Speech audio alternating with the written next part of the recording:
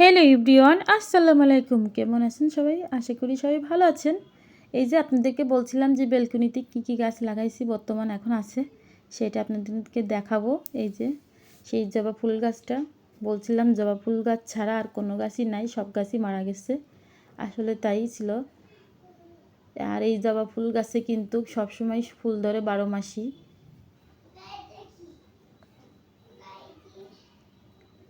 জবা ফুল গাছের টপের ভিতরে আমি একটা বীজ লাগাইছিলাম। এই যে সেই গাছটা হয়েছে মাশাআল্লাহ। আর একটা জিনিস দেখাই, সেই গাছেরই দেখেন মিষ্টি কুমড়া হয়েছে। এই যে সবাই দেখে কিন্তু মাশাআল্লাহ বলবেন।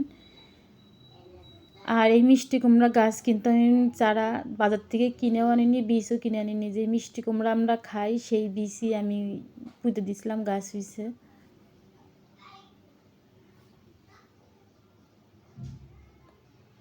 আপনাদের একটা জিনিস দেখাই, দেখেন ছোট্ট একটা গাছ, এই ছোট্ট একটা গাছে দেখেন কত কড়ি আসছে, মানে প্রচুর কড়ি ফুল আসছে আমার গাছে মাশাআল্লাহ। আমি কখনো দেখিনি যে মিষ্টি কুমড়া গাছে এত ফুল আসে, এত কড়ি আসে। এই প্রথম ফার্স্ট দেখছি। আপনারা মোবাইলে বুঝতে পারছেন কিনা জানি না, কিন্তু এত সামনের পার দেখলে আপনি বুঝতে পারতেন যে এত পরিমাণে কড়ি আসছে, প্রচুর কড়ি আসছে, প্রচুর। ফুলও ফুটছে অনেক। ফুল ভেজে খাইছিলাম ডিম আর চালের গুঁড়া দিয়ে। এটা খেতে অনেক মজা। এটার রেসিপি আছে, অবশ্যই আপনাদেরকে দেখাবো কিভাবে কি করছিলাম। এই দেখেন ফুলগুলা কত সুন্দর, এই যে কালকে ফুটবো এগুলা।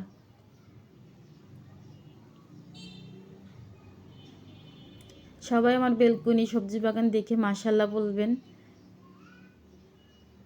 আসলে ফল ধরুক বা না ধরুক, গাছগাছালি দেখেই শান্তি। দেখেন মিষ্টি কুমড়া ধরছে, অনেকগুলো ধরছে, এখন হবে কি না জানি না, তারপরেও শান্তি লাগে। গাছগুলো হয়েছে মাশাআল্লাহ। তাও আবার বীজ থেকে, যে মিষ্টি কুমড়া খায় সেই বীজ থেকে এই গাছগুলো হয়েছে।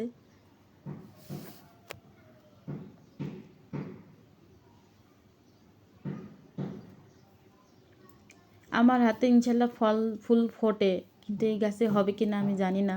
অল্প একটু মাটি, তারপরে বেলকনিতে। সবাই বেলকনি সবজি বাগান দেখে কমেন্টে জানাবেন যে কেমন হয়েছে আমার গাছগাছালি।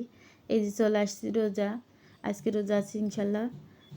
রোজার জন্য সব কিছু কাটাকাটি করছি, রান্না করব আসর আজানের পরে, নামাজ পড়ে।